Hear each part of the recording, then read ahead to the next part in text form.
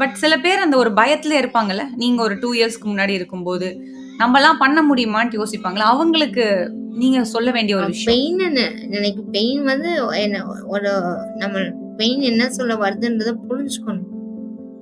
புரிஞ்சுட்டு நம்ம வந்து மூவ் ஆன் பண்ணணும். லைக் அந்த பெயின்லயே உட்கார்ந்திருந்தா ஒண்ணுமே பண்றதுக்கு முடியாது. பெயின் நம்மள கண்டிப்பா உட்கார வச்சிரும் மேம்.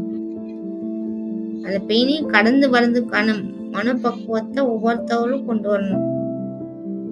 அது வந்து என்ன மாதிரி பெயினா இருந்தாலும் பிசிக்கல், மென்டல் அது வந்து வெளியே வர்றதுக்குள்ள மனப்பக்குவத்தை ஒருத்தவங்க எல்லாருமே வச்சுக்கணும். அந்த ஒரு டூல் தான் மேம் எல்லாருக்கும் தேவையான ஒண்ணு. எல்லாருக்கும். ஸோ எவ்வளோ நேரம் ஸ்பெண்ட் பண்ணீங்க ஒரு நாளைக்கு? மேம் உங்க வீடியோஸ் பார்க்கறது கூட எனக்கு டைம் ரொம்ப கம்மி தான் மேம் தேவைப்பட்டுச்சு. எனக்கு ரொம்ப ப்ராக்டிக்கல் ஓரியன்டட் பர்சன் மேம். எனக்கு லிஸ்டிங் பண்றதுக்கு முன்னாடியே வீடியோஸ் பார்க்கறது வந்து எனக்கு பிடிக்கல. என்னால புரியவும் இல்ல. ஸோ லிஸ்டிங் ஆரம்பிச்சதுக்கு அப்புறம் தான் வீடியோஸே பார்த்தேன். ஓ! ஓகே. ஏன்னா எனக்கு செலக்ட் சென்டர் போய் ஒவ்வொரு நீங்க சொல்ற ஒவ்வொரு இன்ஸ்ட்ரக்ஷன்ஸ் ஃபாலோ பண்ணணும். அப்பதான் எனக்கு புரிஞ்சிச்சு.